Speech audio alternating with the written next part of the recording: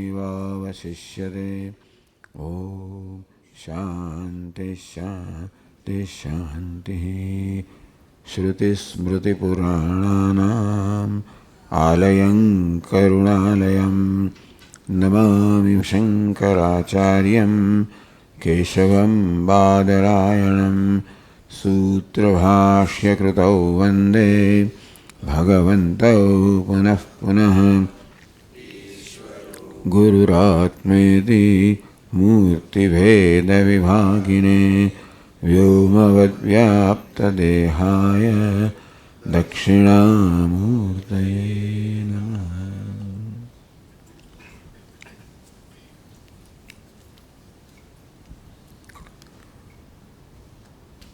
प्रारंभ करता पहले एक प्रश्न पूछी लो कि એવું કોઈ છે જે ગુજરાતી ન સમજતું હોય? ओके, आप गुजराती नहीं समझते, ठीक है।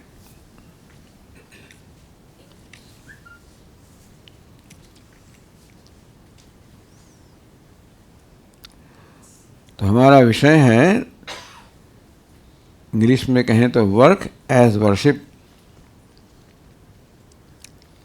हमारा जो कर्म है, हमारा व्यवहार है, हमारा जीवन है,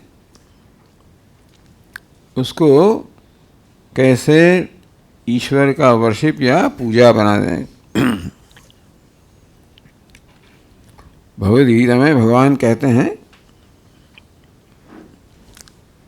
यतः प्रवृत्तिर्भूतानां येन सर्वमिदं ततं स्वकर्मणा तमभ्यर्च्य सिद्धिं विन्दति मानवः।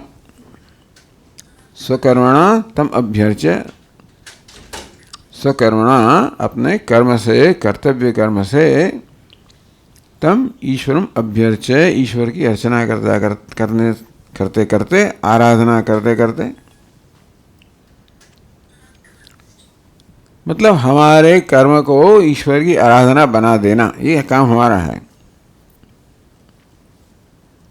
सिद्धिम विन्दति मानवः, उसका ये परिणाम है कि मानव सिद्धि विन्दति, मनुष्य सिद्धि को प्राप्त करता है, सफलता को प्राप्त करता है।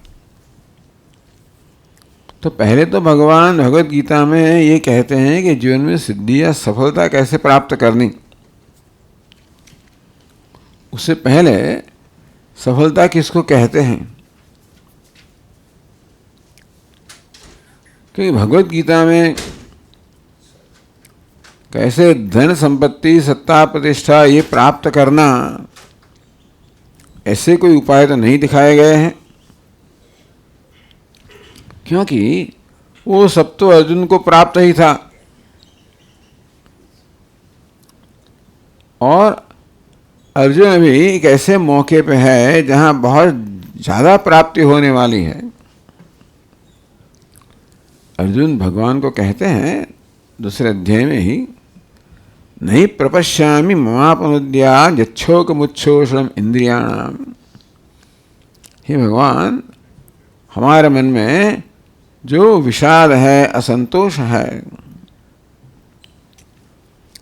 वो दूर करने का कोई उपाय हमको दिखाई नहीं पड़ता है।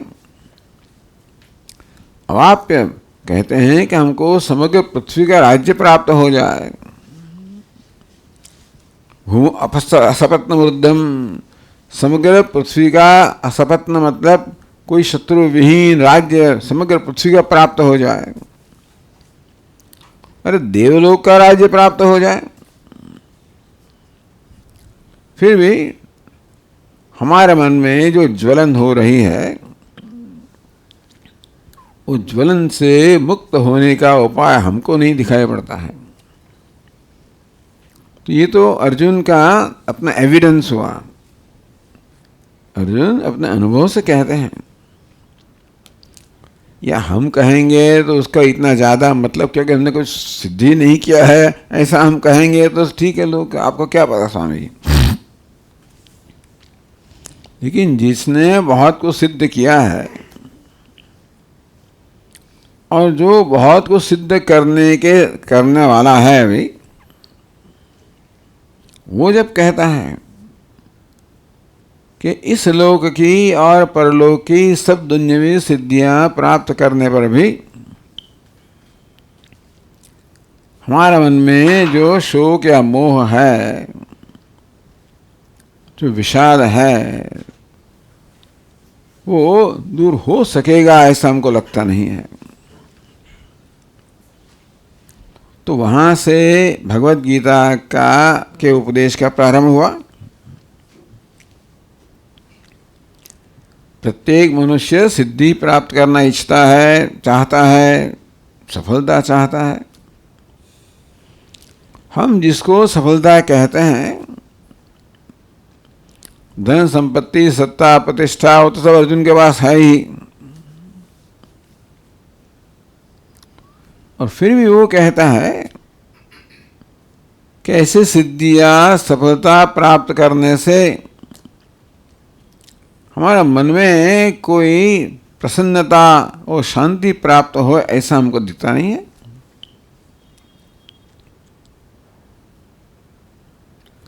तो सफलता ऐसी होनी चाहिए जिसको प्राप्त करने से हमको प्रसन्नता हो जाए, हमको सुख हो जाए, आनंद हो जाए।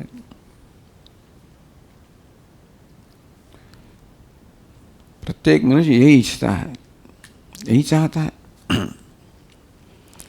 हमने अपने जीवन में विचार नहीं किया होगा कि हम क्या चाहते हैं। सारी दुनिया सफलता के पीछे है, इसलिए हम भी वही चाहते हैं। लेकिन सफलता का अर्थ सुख भी होना चाहिए, आनंद भी होना चाहिए, प्रसन्नता भी होना चाहिए। ये हमने कभी, ये समीकरण हमने कभी लगाया नहीं है। ऐसी सफलता कैसे प्राप्त करनी जीवन में, ये भगवान सिखा रहे। स्वकर्मणा तम अभ्यर्च सिद्धिम विन्दति मानवः। स्वकर्मणा, अपने कर्म से, तम, उस ईश्वर की अर्चना करते करते, ईश्वर की आराधना करते करते, ईश्वर की पूजा करते करते मनुष्य सिद्धि को प्राप्त होता है, सफलता को प्राप्त होता है। तो ये पूजा क्या बात है? तम अभ्यर्थ, उसकी अर्चना करते करते, पूजा करते करते, आराधना करते करते, स्वकर्मणा, भगवान के अपने कर्म से। ये भगवत गीता में भगवान ज्यादातर जब कर्म शब्द का प्रयोग करते हैं तो उसका अर्थ कर्तव्य कर्म ऐसा होता है। किसी भी चेष्टा को हम कर्म कह सकते हैं। हम बोल रहे हैं, हमारे हाथ चल रहे हैं, कुछ सब चेष्टाएं हो रही है, उसको कर्म कहते हैं। चलते हैं, फिरते हैं, खाते हैं, पीते हैं, घूमते हैं। लेकिन ज्यादातर भगवान भगवत गीता में कर्म शब्द प्रयोग कर्तव्य कर्म है। कर्तव्य अर्थात हमको जो करना चाहिए, जो हमारे लिए योग्य है,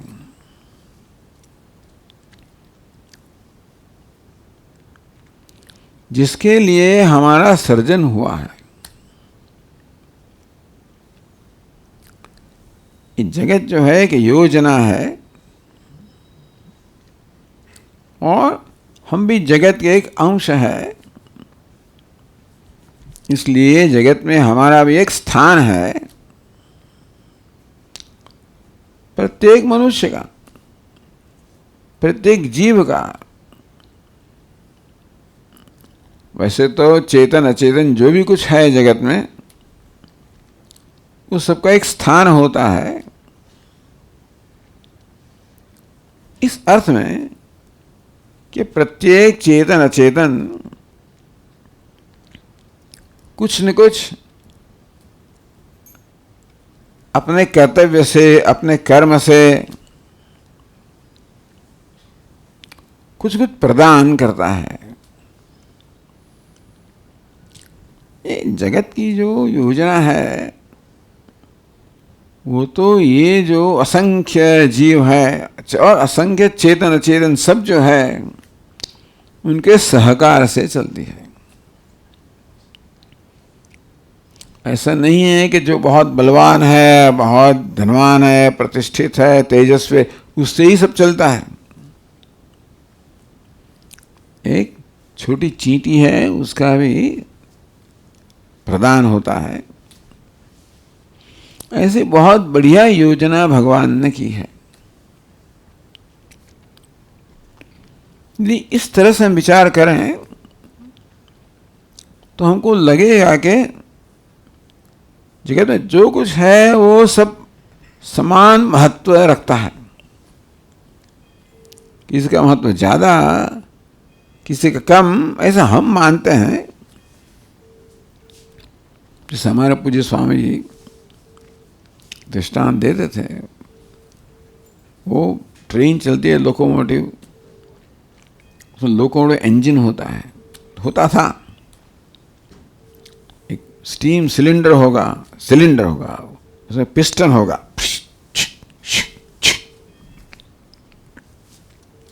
तो स्टीम आएगी, पिस्टन चलेगा, ट्रेन आगे बढ़ेगी।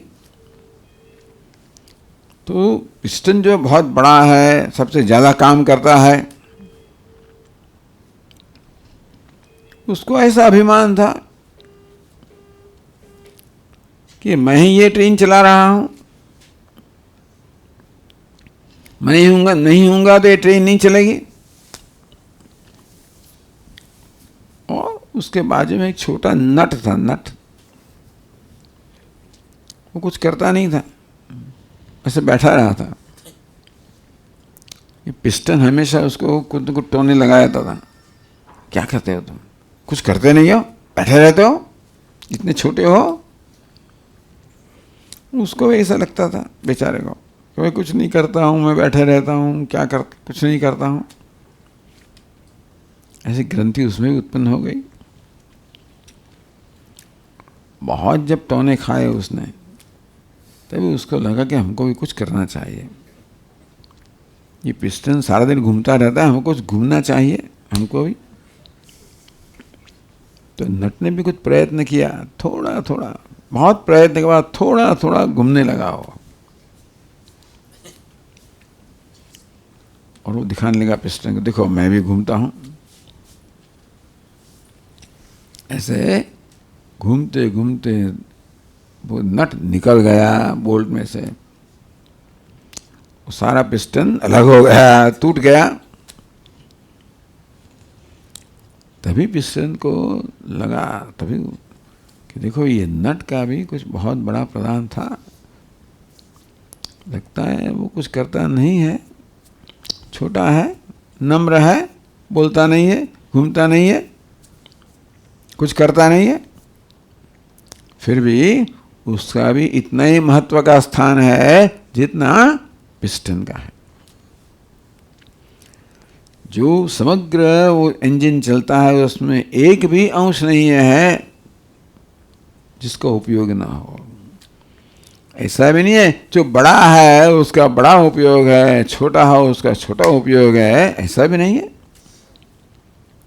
प्रत्येक का उपयोग समान महत्व रखता है। ये बहुत बड़ी चीज है हमारे लिए, क्योंकि ये मनुष्य में हमें ग्रंथि रहती है और चलता है कि पिस्टन ऐसी ग्रंथि वो नट में उत्पन्न करेगा कि तुम कुछ नहीं करते हो, तुम हिलते नहीं हो, चलते नहीं हो, कुछ नहीं करते हो, देखो मैं कितना काम करता हूं। ऐसे ही प्रत्येक मनुष्य में के मन में ऐसी ग्रंथि होती है। निकल कहा मनुष्य का स्वभाव है कि हमेशा अपनी दूसरों से तुलना करता ही रहेगा। मैं उससे बड़ा हूं या छोटा हूं, वो बड़ा है, हम छोटे हैं, कुछ न कुछ ऐसी ग्रंथि होती है। इसलिए यहां भगवान कहना चाहते हैं, या तो वेदांत कहता है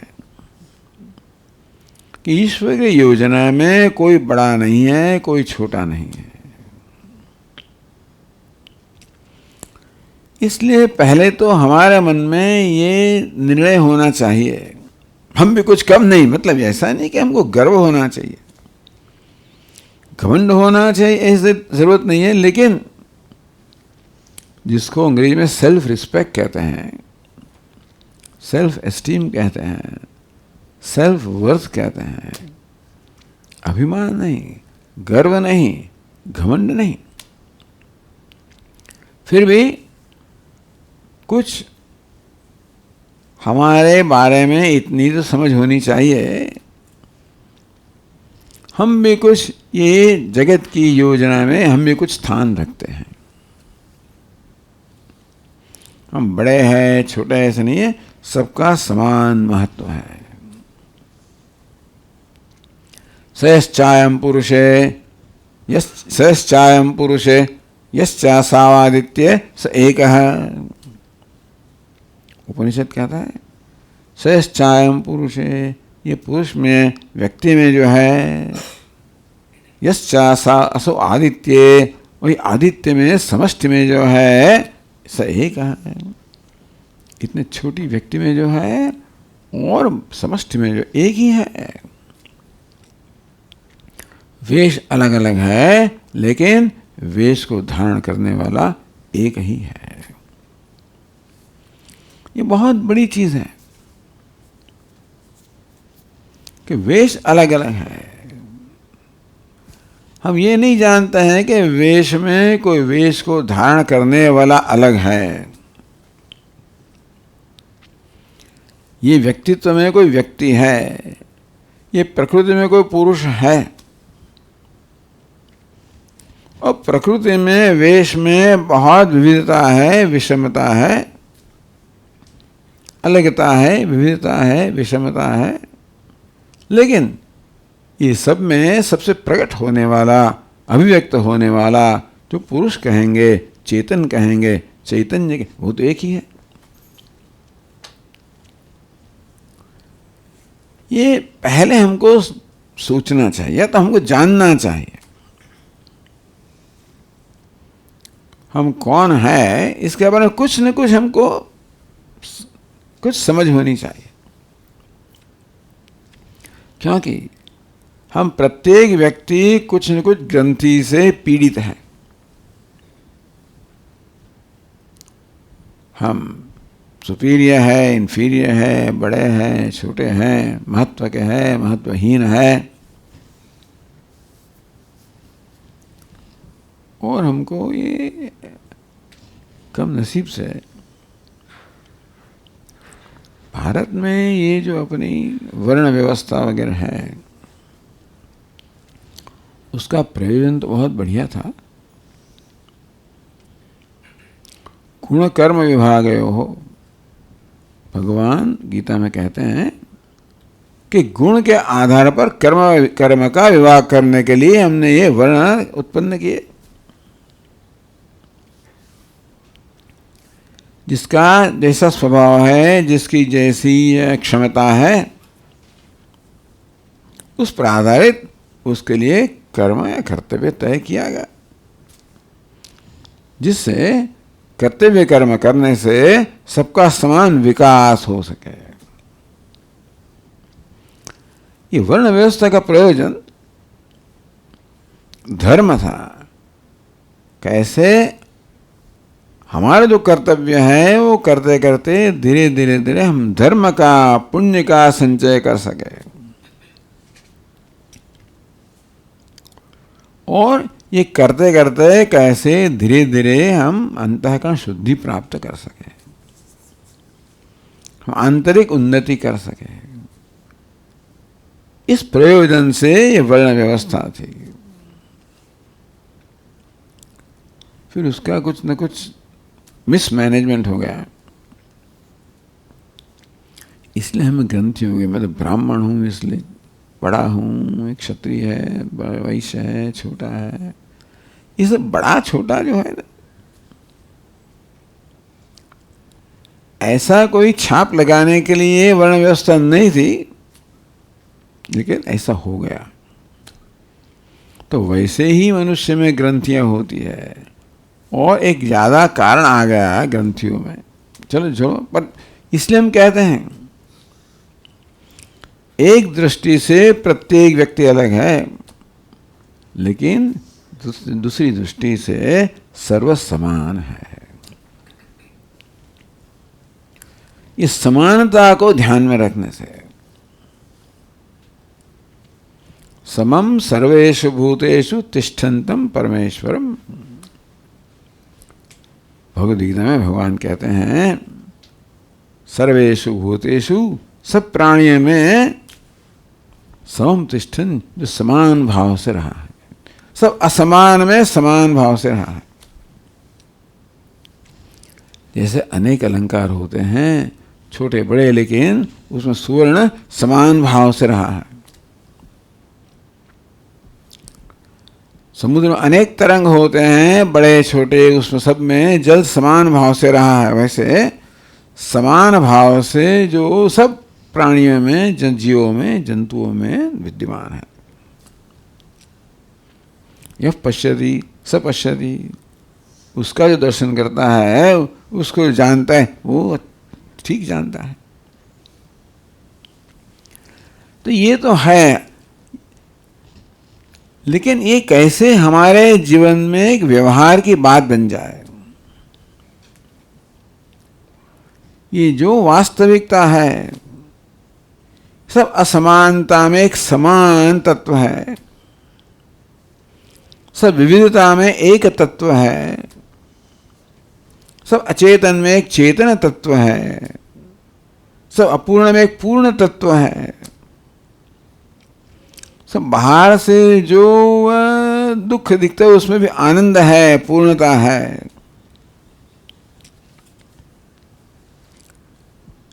तो भगवद गीता में भगवान उपदेश करते हैं कि ये सब में जो पूर्ण तत्व है, समान तत्व है, वो ही हमारे जीवन के व्यवहार का आधार बनना चाहिए। जो असमानता है नहीं, अपूर्णता नहीं, लेकिन हमारी पूर्णता जो है ना, वही हमारे व्यवहार का आधार बनना चाहिए। वो कैसे? स्वामी जी मैं तो सब छोटा हूँ, अपूर्ण हूँ, हम जानते हैं हम क्या है, हम तो कुछ नहीं है। आप तो पहले दिन से कहते आए हैं आप पूर्ण हैं, आप तो कहते हैं। लेकिन मैं बहुत श्रवण किया स्वामी जी, लेकिन ऐसा कुछ हमको लगता नहीं है।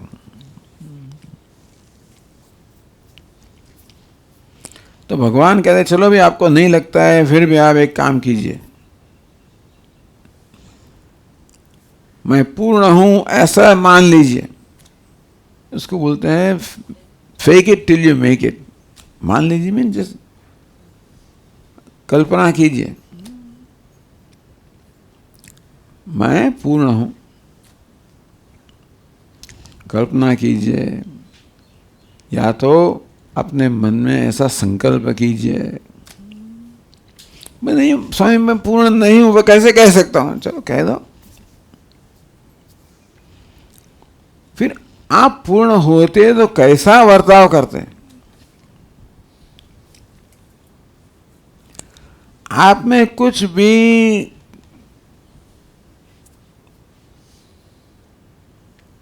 कमी नहीं है, आपके पास सब कुछ है। यदि आप ऐसा होता तो आप कैसा बर्ताव करते? तो हम बहुत उदार हो जाते, फिर तो हमको कोई भय नहीं होता। अभी हमको भय लगता है, हम कुछ दे देंगे कर देंगे तो हमारा क्या होगा,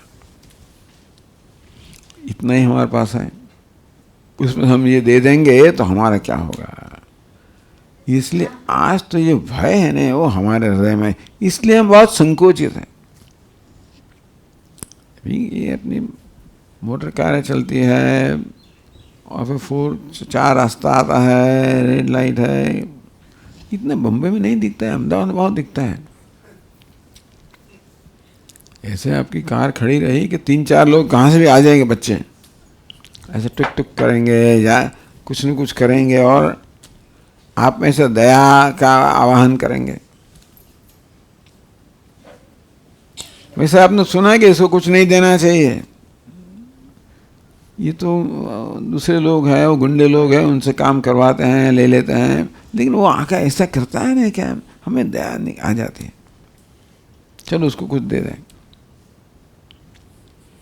चलो 100 रुपये के नोट निकाल के दे दें करके हम हाथ डालते हैं पॉकेट में, फिर 100 रुपये तो बहुत है, 10 रुपये ठीक होगा, 10 रुपये भी बहुत है, 1 रुपया ठीक होगा, अंत में हमको 25 पैसा देते हैं। ये अंदर वाला जो है ना,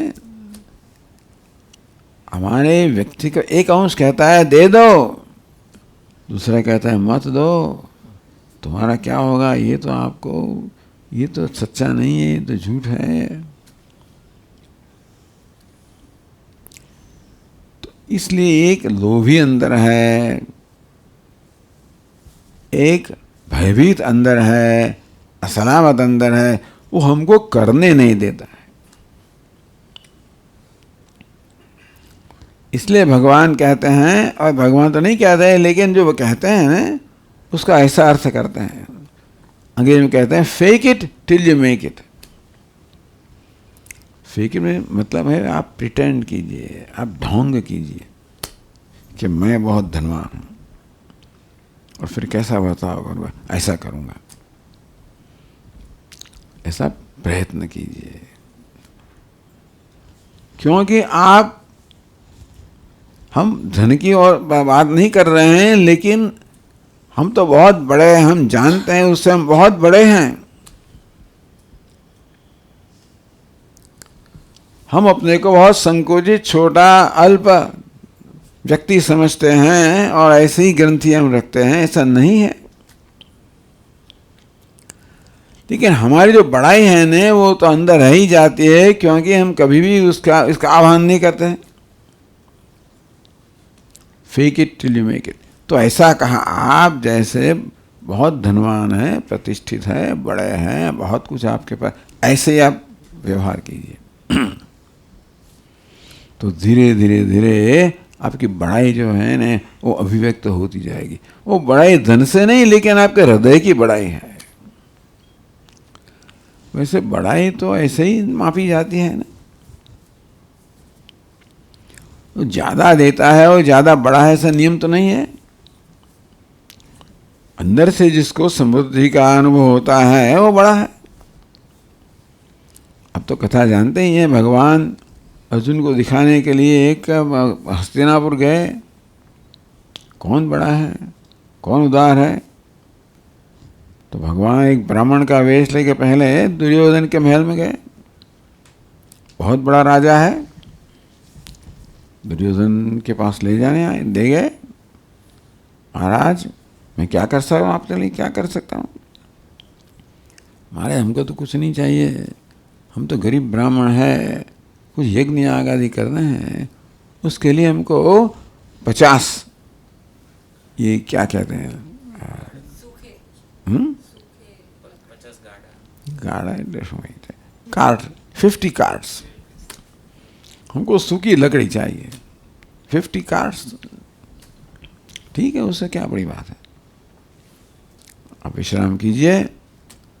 दुर्योधन अपने सब सेवकों भेज दिए जंगल में, लकड़ी काट के लाओ, दे दो ब्राह्मण को। कुछ घंटे के बाद उनके नौकर तो वापस आए, क्या हो गया महाराज, इतने दिन से बारिश हो रही है कि कहाँ भी सूखी लकड़ी मिलती नहीं है, इसलिए हम नहीं ला पाए। दुर्योधन कहता है ब्राह्मण को, महाराज मैं दिलगीर हूँ, आप दूसरा कुछ मांगिए, ये तो नहीं दे सकता। ब्राह्मण कहते नहीं, हमको तो कुछ दूसरा नहीं चाहिए, चलो कोई बात नहीं, फिर आएंगे। चला गया, कर्ण के पास गया, वही उसने विनंती की, हमको 50 गाड़ा सूखी लकड़ी चाहिए, शकट जैसे कहते संस्कृत में कहते हैं। कर्ण कहते हैं जरूर महाराज। उसने तो सेवक को भेज दिए, जंगल में, वो भी वापस आए। क्या हो गया? महाराज इतने दिन से बारिश हो रही है, कहाँ भी सूखा लकड़ा मिलता ही नहीं है, हम क्या करें? कोई बात नहीं, ये ब्रह्म देवता को आप ले जाइए, उसका चित्र रखिए। 3 दिन के बाद ब्राह्मण को बुलाया गया। कहाँ बुलाया गया? जहाँ पहले करना था। ब्राह्मण आया, बोले महाराज वो आपके महल का क्या हो गया? वो महल कहाँ गया? ये है जो ये 50 शकट है ना, जो लकड़ी है, ये हमारा महल है। तो यदि समृद्ध है अपने हृदय तो सब कुछ हो सकता है। मतलब समृद्धि, रिचनेस, वो आपके पास क्या है उससे तय नहीं होती है, आपका दिल कैसा है, हृदय कैसा है। ऐसा भगवान करना चाहते हैं। कर्मयोग का ये प्रयोजन है, भगवान की आराधना का ये प्रयोजन है कि धीरे धीरे धीरे हमारा दिल विशाल बनता जाए। अंतःकरण शुद्धि का क्या अर्थ है? बहुत अर्थ हो सकते हैं, लेकिन एक अर्थ ये भी हो सकता है, अंतःकरण शुद्धि आंतरिक समृद्धि। हम हमारी दृष्टि से समृद्ध है, हम हमसे संतुष्ट है, हम हमसे प्रसन्न है, इसलिए हमको कोई संकोच नहीं है। हमारे जो गुरुजी थे ना, वो कुछ भी दे सकते थे, जो आया जो मांगा दे दिया, कुछ होता भी नहीं था तो इधर आओ इधर आओ, इनको ये दे दो। कोई मिल भी चाहता था उनको, जो भी कोई कुछ मांगता था, उनके पास कुछ भी नहीं होगा, जो उसकी नजर में आएगा, कोई इधर आओ उसको दे दो। लेकिन एक बात तो थी कि जो भी व्यक्ति उनके पास जो भी कुछ लेने के लिए आता था, उनको वो देते थे। फिर भगवान योजना करता होगा, हम तो भाई हमारे पास तो नहीं है भाई, उनके पास जाओ, इधर जाओ, वहाँ जाओ। वो तो सोचते ही नहीं थे, हमारे पास है ही नहीं, तो निकलता था। कहने का मतलब ये है कि ऐसा हमारा विकास हो सकता है, ऐसी विशालता का विकास हो सकता है। इसको अंतःकरण शुद्धि कहते हैं। अंतःकरण शुद्धि का ये एक माप है। स्वकर्मणा तमभ्यर्च्य सिद्धिं विन्दति मानवः। ईश्वर को अपने कर्म से, अपने कर्तव्य कर्म से अर्चना करता करता, आराधना करते करते, पूजा करते करते मनुष्य ऐसी सिद्धि, सफलता प्राप्त करता है। तो भगवत गीता में ऐसे अपने जीवन को कैसे ईश्वर की आराधना बना देना, वो भगवान ने सिखाया है। Work as worship. किसकी आराधना? ईश्वर की आराधना। ईश्वर कौन है? ईश्वर कहाँ है? ईश्वर कौन है? तो जो श्लोक हमने कहा, वो श्लोक को भगवत गीता के 18 चैप्टर का है, 46 वर्ष। उसमें 2 पंक्तियां होती है श्लोक में। पहली पंक्ति में भगवान वर्णन करते हैं ईश्वर कैसा है। यतः प्रवृत्तिर्भूतानां येन सर्वमिदं ततम्। यतः भूतानां प्रवृत्ति, जो सब भूतों की प्रवृत्ति के का निमित्त है, जिसके कारण सब प्रवृत्ति है, जिससे सबकी उत्पत्ति है, जिससे सबकी प्रवृत्ति है। मतलब जो ये समग्र जगत की उत्पत्ति का कारण है और जो सब प्रवृत्ति का भी कारण है। बात यह है, जैसे ये घड़ा बनता है तो जो कुंभार होता है ना, वो तो उत्पत्ति करता है, प्रवृत्ति नहीं करता है। जो हम बनाते हैं मशीन, उत्पन्न करते हैं, उसकी प्रवृत्ति दूसरा कोई करता है। बिजली करती है, ये करता है, वो करता है। उत्पत्ति करने वाला एक होता है और उसको चलाने वाला दूसरा होता है। ऐसा सामान्य नियम है। यहाँ तो कहते हैं भगवान कि जो जगत की उत्पत्ति करते हैं वो ही जगत की प्रवृत्ति के कारण है।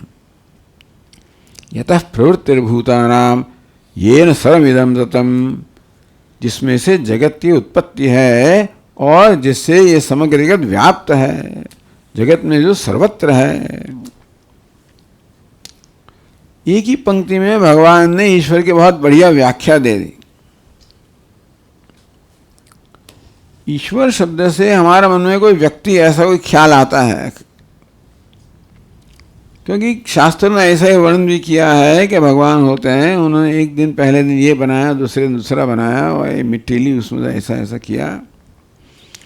इसलिए ईश्वर के ख्याल से हमारे मन में कोई न कोई व्यक्ति का ख्याल आता है। वो गलत है ऐसा हम नहीं कहते हैं, लेकिन ईश्वर ये सिद्धांत है जिसको वेदांत में अभिन्न निमित्त उपादान कारण कहते हैं। निमित्त कारण और उपादान कारण। हमारे स्वामी के शब्द में कहेंगे तो ईश्वर कौन है? Maker as well as material. Maker as well as material. जैसे एक घड़ा का मेकर होता है, वो कुंभकार होता है, उससे एक मटीरियल होती है, मिट्टी होती है। तो बनाने वाला अलग होता है और जिसमें से बनता है मिट्टी भी अलग होती है, तो सब जानते हैं। और यही ख्याल के ऊपर दूसरे सब धर्म की रचना हुई है, संप्रदायों के, जिसमें जगत का सृजन करने वाला भगवान एक होता है और जिसका सृजन होता है वो जगत अलग होता है। फिर क्या कहते हैं? वो भगवान वहाँ बैठे बैठे समग्र जगत का संचालन करता है। ये किसने सब सृजन किया? भगवान ने सृजन किया। जब ऐसा कहते हैं ना, तब हम प्रश्न पूछेंगे कि भगवान ने सृजन किया, हमको ऐसा क्यों बनाया, उनको ऐसा क्यों बनाया, उसको ऐसा क्यों बनाया? भगवान ने बनाया। श्रद्धा रखिए, हैव फेथ। जो कहा जाता है उसको श्रद्धा से स्वीकार कीजिए। God loves you. तो हमको ऐसा क्यों बनाया, उसको हमेशा अच्छा क्यों बनाया? God loves you. भगवान ने सब बनाया। अभी ये प्रश्न पहले शायद नहीं उठता था, लेकिन आज की जो इस युग की ये जो प्रजा है ना, वो तो ऐसा प्रश्न करती है कि भगवान ने यदि सब बनाया तो हमको ऐसा क्यों बनाया, इसको ऐसा क्यों बनाया, उसको ऐसा, बस भगवान ने बनाया।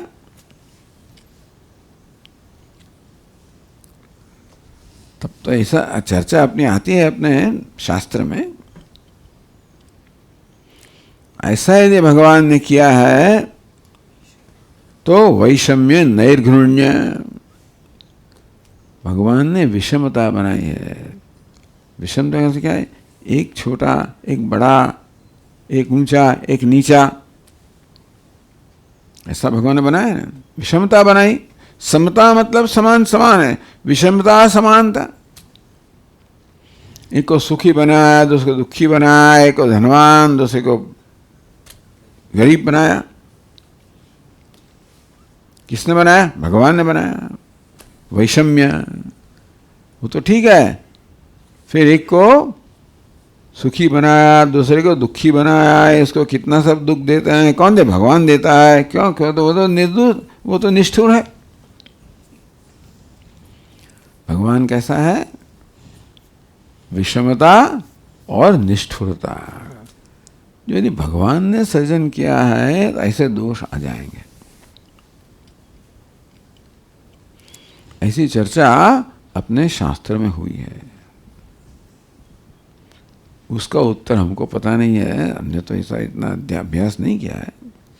लेकिन दूसरे लोग जो भगवान को जगत से अलग मानते हैं, वो इसने जगत का सृजन किया और उसका संचालन करता है, वो लोग ये सब प्रश्नों का कैसे उत्तर देंगे?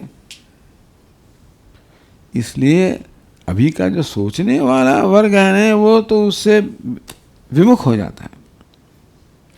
इस धर्म से बहुत लोग सोचने वाले विमुख हो जाएगा। ऐसा कैसा है? आइंस्टाइन भी कहता है ये हमारे जीवन में ये गड़बड़ करने वाला भगवान हमको नहीं चाहिए। भगवान है तो अपने स्थान में होगा, ये हमारे जीवन कुछ करता है ऐसा भगवान नहीं चाहिए। आपको चाहिए ना चाहिए अलग बात है, जो है तो है ही। इसलिए यहाँ कहा गया जो जगत का वो मेकर भी है और मटीरियल भी है, सर्जन करने वाला भी है और सर्जन भी है। वो जगत का सर्जन करने वाला है, जगत भी। ऐसा कैसे हो सकता है? Maker as well as material, सर्जन करने वाला और सर्जन के रूप में भी है। इसका अर्थ क्या हुआ? हम सब क्या है? भगवान की अभिव्यक्ति है। यतः प्रवृत्तिर्भूत येन सर्वमिदं ततम्, जिससे ये सब व्याप्त है, जो सबका अंतरात्मा है, जो सब में आत्म रूप से व्याप्त है, ऐसा ईश्वर। तो इसकी अर्चना करनी है, इसकी आराधना करनी है। करते करते हम जीवन में सिद्धियां सफलता प्राप्त करते हैं। तो इसलिए जब हम वर्शिप की बात करते हैं, आराधना की बात करते हैं, पूजा की बात करते हैं, तभी जिसकी पूजा करनी है उसकी समझ भी बहुत महत्व होती है। जो पूजा करता है वो कौन, उसकी समझ में महत्व हो जाती है। और ये पूजा क्या चीज़ है वो भी महत्व की बात हो जाती है। इसलिए 3 चीज़ की चर्चा की आज कर रहे हैं। जिसकी पूजा करनी, ईश्वर कैसा है, जो पूजा करता है ये जीवात्मा कैसा है, और पूजा का क्या स्वरूप है। इस विचार को हम आगे बढ़ाएंगे, कैसे हमारा जीवन ईश्वर की आराधना बन जाए और किस तरह से हम भी सिद्धियाँ तो सफलता हासिल करें अपने जीवन में। तो ये विषय को लोग हम दूसरे 2 दिन आगे चर्चा करेंगे। ओम पूर्णमदः पूर्णमिदं पूर्णात् पूर्णमुदच्यते पूर्णस्य पूर्णमादाय पूर्णमेवावशिष्यते। ओम शांति शांति शांति। हरि ओम। श्री गुरुभ्यो नमः। हरि ओम। श्रम साध्य है या कृपा साध्य है? उसका अर्थ ये है कि भगवान क्या अपने प्रयत्न से मिलते हैं या भगवान की कृपा से मिलते हैं? भगवान कृपा करते हैं, उनके मिलने का ये कारण है, या हम प्रयत्न करते हैं उससे भगवान प्राप्त होते हैं?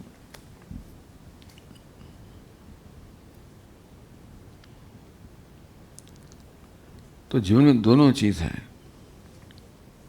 कृपा भी है और प्रयत्न भी है। सिर्फ कृपा से नहीं होगा यदि प्रयत्न नहीं होगा, सिर्फ प्रयत्न से नहीं होगा यदि कृपा से नहीं होगा। ये प्रश्न हमेशा का है, प्रारब्ध और पुरुषार्थ। प्रारब्ध है या पुरुषार्थ है?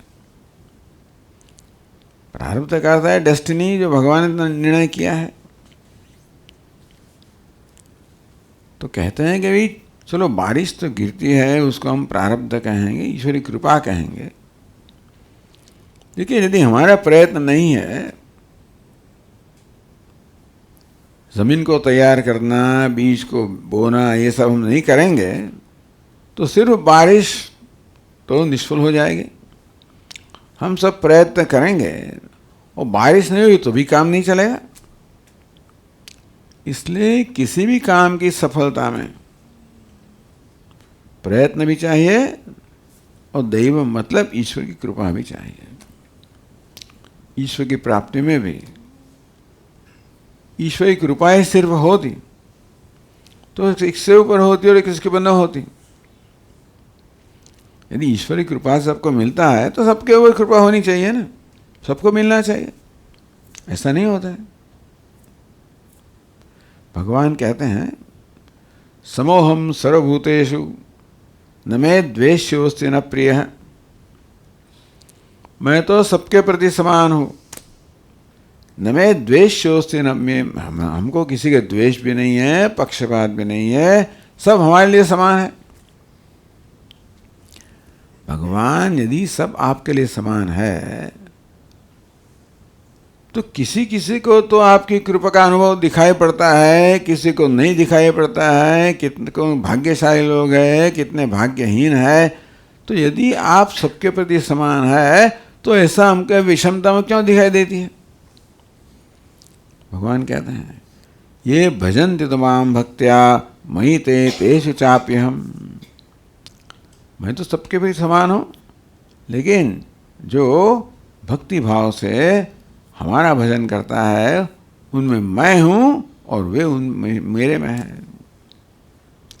अर्थ क्या हुआ कि मैं सबके प्रति समान हूँ, मेरा अनुग्रह सबके प्रति समान है, कृपा सबके प्रति समान है। जैसे कृपा की वर्षा तो हो ही रही है, फिर भी ये कृपा को झीलने के लिए सूर्य का प्रकाश तो है, प्रकाशमान है, लेकिन हमारे घर में सूर्य का प्रवेश होने के लिए हमको ये खिड़की खोलनी पड़ती है। खिड़की नहीं खोली तो प्रकाश नहीं मिलेगा। तो इतना हमारा प्रयत्न भी होता है। सिर्फ कृपा साध्य, ये बात अच्छी है, ये भक्त लोग कहेंगे, इसलिए हमें नम्रता आएगी। हमने कुछ किया, भगवान मिल गए, शायद हमें गर्व आ जाएगा, घमंड आ जाएगा, तो फिर वो तो ऑब्स्टेकल, विघ्न रहेगा, अवरोध रूप रहेगा। इसलिए हमें कोई घमंड ना आ जाए, गर्व ना आ जाए, इसके भगवान की कृपा ही है। नहीं है ऐसा नहीं कहते। लेकिन यदि भगवान की कृपा है तो सबको समान रूप से मिलनी चाहिए ना। किसी को मिलती लगती है, किसी को नहीं है, इसका भाई प्रयत्न भी है। यत्न साध्य और कृपा साध्य दोनों का संयोग है। यदि कृपा साध्य ही है तो हमें कुछ करना ही नहीं है, भगवान सब कर लेंगे, फिर हम कुछ नहीं करना है, ऐसा नहीं कह सकते हैं। हमको कुछ करना है, इसलिए और हम कहें हमारे प्रयत्न से मिला, वो भी कह नहीं सके। कोई कहने वाला मिलेगा आपके प्रयत्न है, आपने प्रयत्न का बल किसको दिया, किसने दिया? प्रयत्न का बल किसने दिया, प्रयत्न की प्रेरणा किसने दी, ये सब किसने दिया? उसने दिया। तो एक रूप से विचार करने से उनकी कृपा ही है। हम प्रयत्न करते हैं, उसमें भी उसकी कृपा ही है, ऐसे कह सकते हैं। तो इनकी कृपा ही है, कृपा साध्य। या तो कहेंगे कि भाई हमने प्रयत्न नहीं किया होगा तो उनकी कृपा कैसे मिलेगी? तो प्रयत्न तो दूसरी ओर से लगेगा कि हमको कृपा का, हमने प्रयत्न किया इसलिए वो कृपा करता है। एक कैसा, एक दृष्टि क्या है, उनकी कृपा है, इसके कारण हम प्रयत्न कर सकते हैं। दूसरी दृष्टि क्या है, हम प्रयत्न करते हैं, इसके कारण उसकी कृपा है। भी दोनों कह सकते हैं, इस दोनों होना ठीक बात है। कृपा और यत्न दोनों होना चाहिए।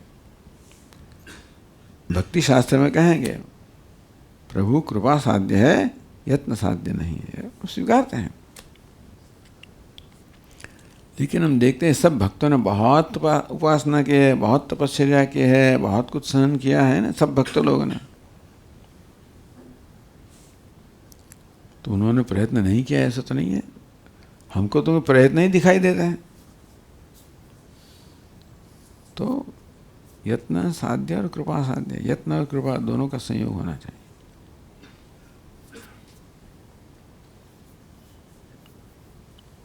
प्रयत्न कैसा होना चाहिए? हाँ, वही तो है, ये अपना विषय है। प्रयत्न कैसे होना चाहिए? प्रयत्न में सबसे महत्व की बात तो भावना है। प्रयत्न का रूप कैसा है वो तो अलग बात है। हम क्या करते हैं, बोलते हैं, चलते हैं, खाते हैं, सेवा करते हैं, तो सेवा का रूप तो अलग अलग होगा, लेकिन किस भावना से सेवा होती है वो सबसे महत्व की बात है। वो भगवान सिखाते हैं।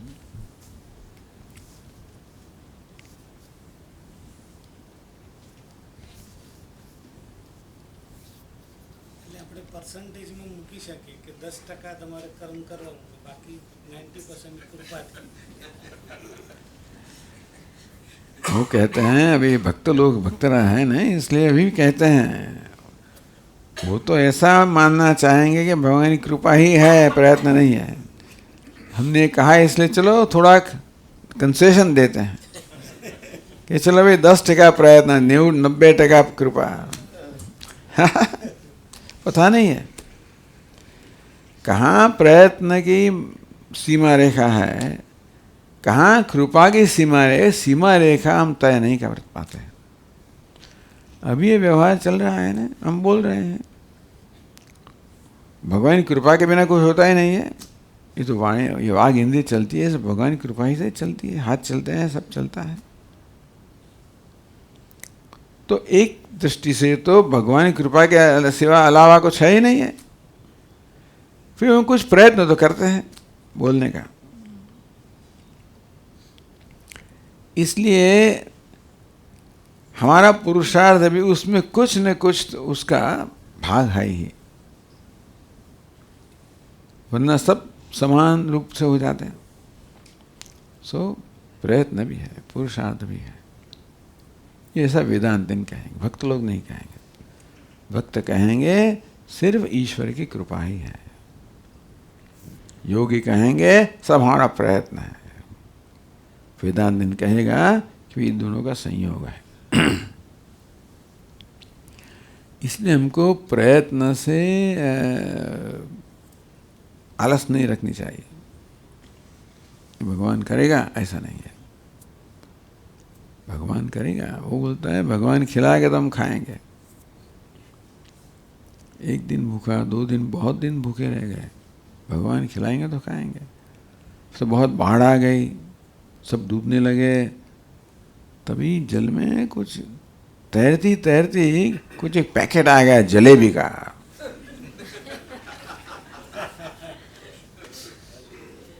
यहाँ आ गया, बोले भगवान खिलाएंगे तो ही खाएंगे। वो तो आके चला गया। फिर भगवान इतना तो आया तुम्हारे पास, वो कौन लाया तुम्हारे पास? नहीं, भगवान खिलाएंगे तब खाएंगे। खिलाने का ये प्रकार था कि आपके पास आ गया। कुछ आपको भी उसमें से करना था। ऐसा होता है। इसलिए इसका कोई निर्णय नहीं है, कोई निर्णय नहीं। प्रारब्ध है कि पुरुषार्थ है, कृपा है या यत्न है, इसका कोई अंतिम निर्णय नहीं है। लेकिन हम इतना कहेंगे कि यत्न करना।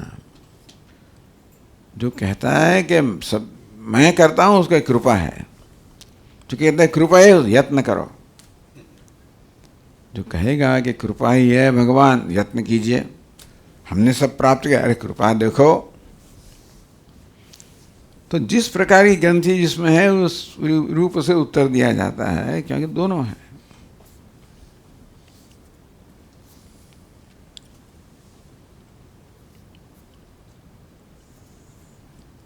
दस 90% पता नहीं है।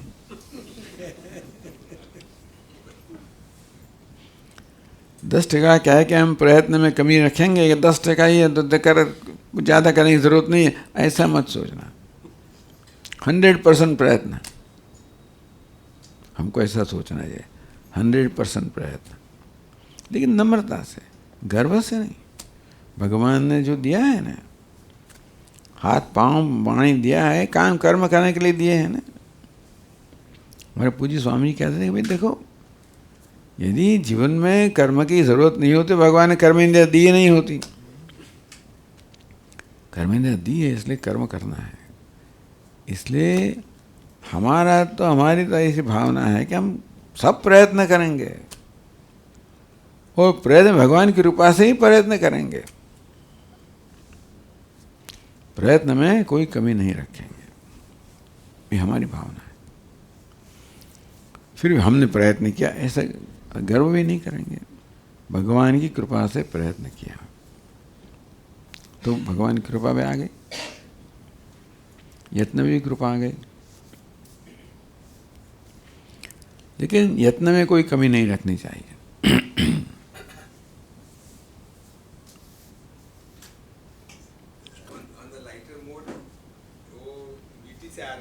हाँ? 50 किलोमीटर से आसपास से आ रहे हैं, तो उनका पूरा प्रयत्न है और पूरी ईश्वर कृपा नहीं, थोड़े कृपा के आश्रय से यार कि थोड़ी कृपा हो जाए तो काम हो जाए। क्या काम करना है? क्या काम हो जाए? जाग जाए। जाग जाए। जाग जाए। जो देखना चाह रहे वो देख ले। कैसे देखना चाहते हैं? आंखों से, दृष्टि से, मति से। मति बदले, दृष्टि बदले। ठीक है। हो जाएगा।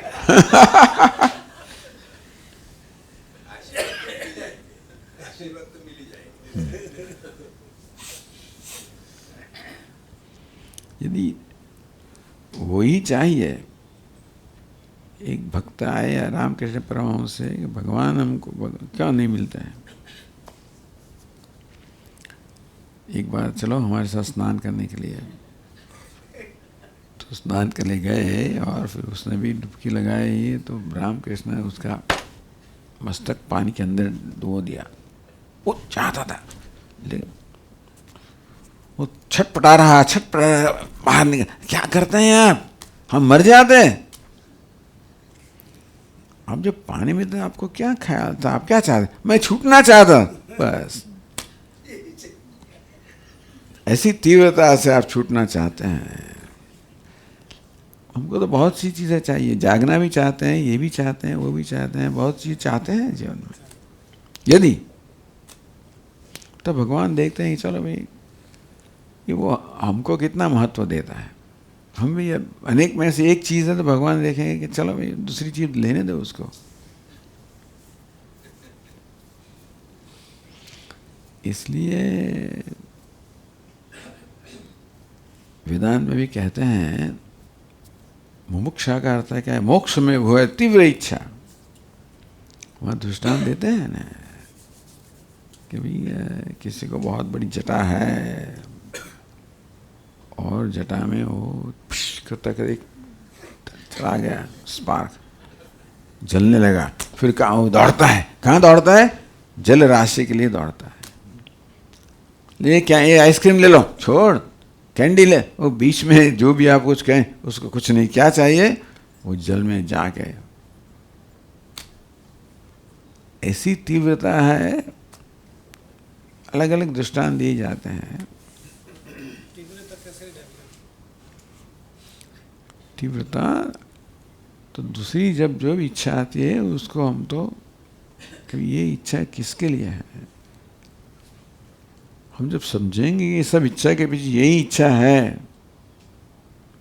एक ही इच्छा है, अलग अलग रूप धारण करके अपने सामने आ रही है। सब इच्छा का एक में परिवर्तन करना, उसको विवेक कहते हैं। सब इच्छा के पीछे एक मोक्ष की ही इच्छा है। तब में वो ही चाहिए। ठीक है।